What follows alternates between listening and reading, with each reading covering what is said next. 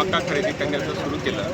साधारण 2 महिन्याची मुदत दिल्यानंतर 1250 शेतकऱ्यांनी तालुक्यातील नोंदणी केली आणि त्याच्यापैकी फक्त 140 शेतकऱ्यांचा मका खरेदी केला आणि उद्दिष्ट संपलं म्हणून मका खरेदी केंद्र बंद करण्यात आलं। आता मग 140 शेतकऱ्यांचं मका खरेदी झाल्यानंतर उर्वरित शेतकऱ्यांनी करायचं काय?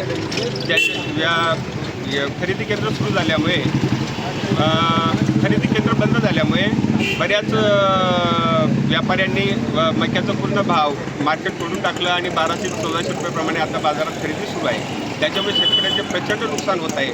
तरी माझी शासनाला विनंती आहे आणि आज माझं जे कलेक्टर ऑफिससमोर जे मका टाकण्याचं आंदोलन होतं ते पोलिसांच्या विनंतीमुळे मी थोडं डिमांड क्लबला आलो आणि जर 8-10 दिवसात परत शेतकऱ्याचा मका खरेदी नाही केला तर मग मात्र मी कलेक्टर कचेरीसमोर मका फेकणार आहे। आणि दुसरी गोष्ट असं आहे की जर शासनाला मका खरेदीच करायचा नसेल तर आजचा जो स्थानिक बाजारभाव आहे आणि सरकारने जो 24 रुपये भाव जाहीर केलेला आहे याच्यातली जो भाव फरक आहे तो शेतकऱ्यांच्या नोंदणी केलेल्या शेतकऱ्यांच्या खात्यावर टाकला तरी माझं समाधान होणार आहे।